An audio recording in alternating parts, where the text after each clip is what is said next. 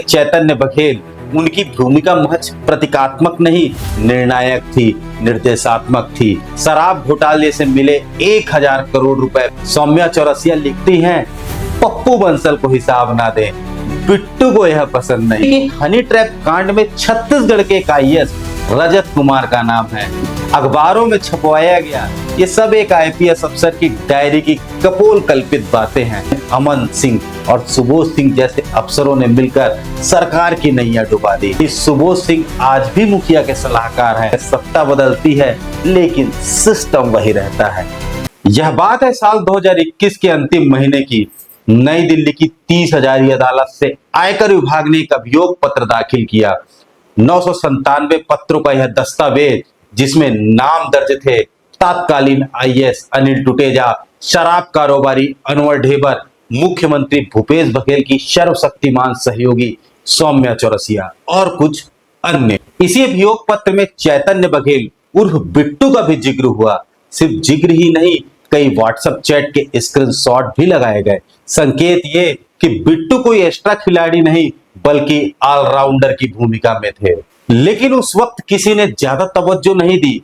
Statesman जैसे अखबारों ने उनके नाम पर खामोशी रखी, शायद इसलिए कि किसी एजेंसी ने औपचारिक रूप से उनके खिलाफ केस दर्ज नहीं किया था। मगर आज वक्त बदल चुका है। अब ईडी की गिरफ्त में है, जेल में बंद है और उनके खिलाफ 9000 पन्नों की चार्जशीट अदालत में दाखिल हो चुकी है। मीडिया में उनके बारे में अब तक अनगिनत खबरें छप चुकी है। नमस्कार, अफसर आला के इस नए एपिसोड में आपका स्वागत है। सुशांत गौतम नाम है हमारा। आज चर्चा का विषय है शराब, कोयला, डीएमएफ घोटाले और उसमें बिट्टू चैतन्य बघेल की भूमिका। राय अपनी जगह है, लेकिन यहाँ बात करेंगे सिर्फ उपलब्ध तथ्यों पर। मुख्यमंत्री का पुत्र चैतन्य, जिनकी उम्र कम थी, अनुभव भी कम था, इसलिए लग सकता है कि वह अनचाहे इस केस में फंस गए होंगे। लेकिन ईडी की चार्जशीट कुछ और ही कहती है।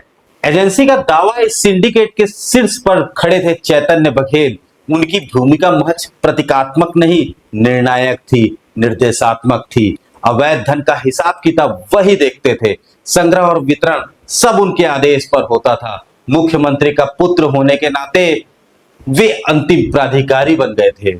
चार्जशीट में यह भी दर्ज है कि पीएमएलए अधिनियम 2002 के तहत दर्ज ईसीआईआर क्रमांक RPZO 4/2024 में यह स्थापित हो चुका है। शराब घोटाले से मिले 1000 करोड़ रुपए बिट्टू ने व्यक्तिगत रूप से हैंडल किए। तो जानबूझकर इस षड्यंत्र का हिस्सा बने, अपराध से अर्जित धन इकट्ठा करने और छिपाने में सहयोग किया। इसके बाद नाम आता है पप्पू बंसल का, जो पूर्व मुख्यमंत्री के मित्र हैं। ईडी के दिए बयान में बंसल ने बताया, उन्होंने चैतन्य बघेल के साथ मिलकर शराब घोटाले से करीब 1000 करोड़ रुपए खपाए। इसमें से बड़ी राशि प्रदेश कांग्रेस कोषाध्यक्ष रामगोपाल अग्रवाल को भेजी गई और 80 से 100 करोड़ रुपए बिलासपुर के तांत्रिक के श्रीवास्तव को दिए गए। यहाँ एक दिलचस्प विरोधाभास भी दिखता है। पूर्व मुख्यमंत्री का बेटो गिरफ्तार हो गया, लेकिन रामगोपाल अग्रवाल आज तक गायब हैं। ईडी, सीबीआई, पुलिस किसी के हाथ नहीं लगे। कारण वह रिश्ता जिसे सब वाकिफ हैं। अब चलते हैं कोयला घोटाला की ओर। ईडी की चार्जशीट में एक व्हाट्सएप चैट का स्क्रीनशॉट है। सौम्या चौरसिया लिखती हैं, अनिल जी, अनवर ढेबर को कहिए पप्पू बंसल को हिसाब ना दें, बिट्टू को यह पसंद नहीं है। जवाब में अनिल टुटेजा गालियों में सुभाषीर लिख कर भेजते हैं। अब आते हैं 2020 में, जब अनिल टुटेजा, सौम्या चौरसिया, विवेक डांड, अनवर ढेबर सब पर आयकर विभाग के छापे पड़े।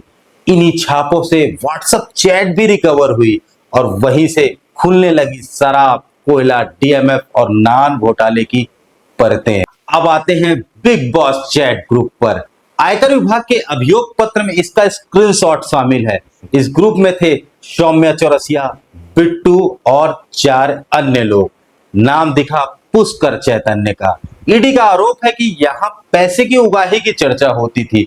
सौम्या लिखती हैं, जय विल गिव यू मनी। जय कोसले उनका निसचिव था। फिर पुष्कर लिखता है, एमपी की हनी ट्रैप कांड में छत्तीसगढ़ के एक आईएएस रजत कुमार का नाम है।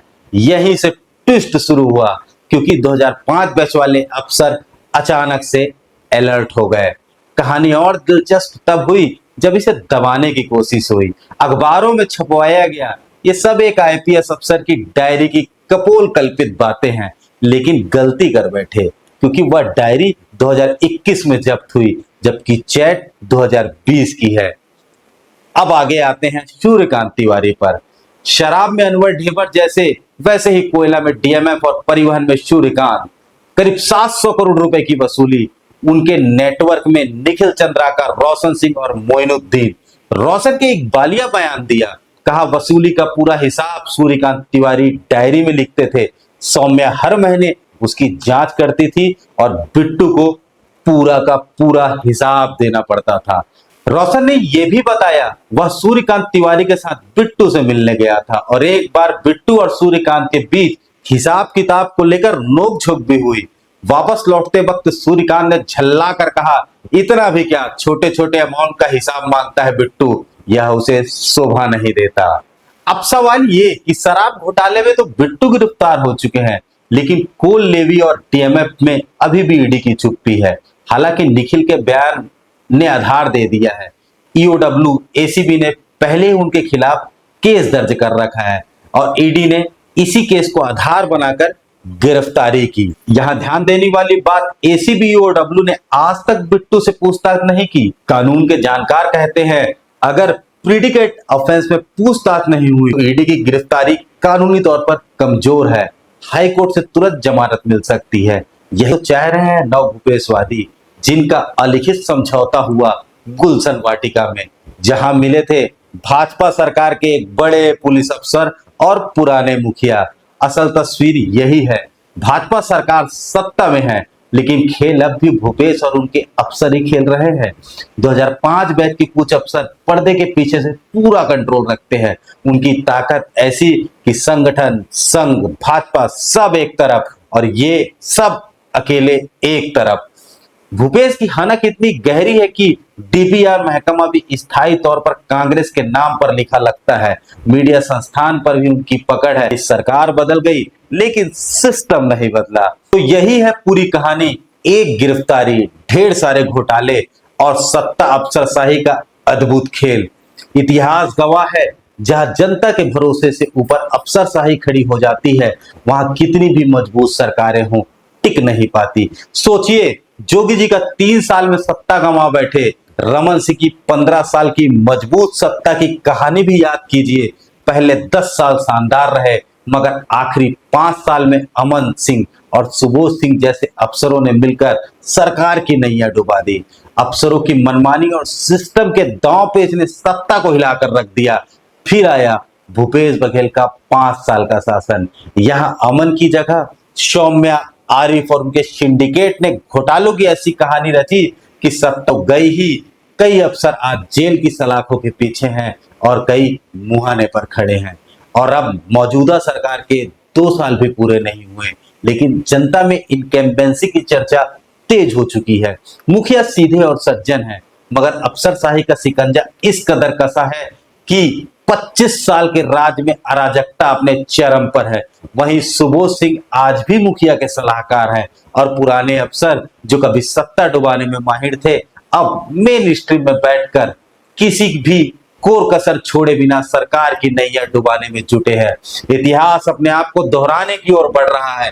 कहते हैं सत्ता बदलती है, लेकिन सिस्टम वही रहता है।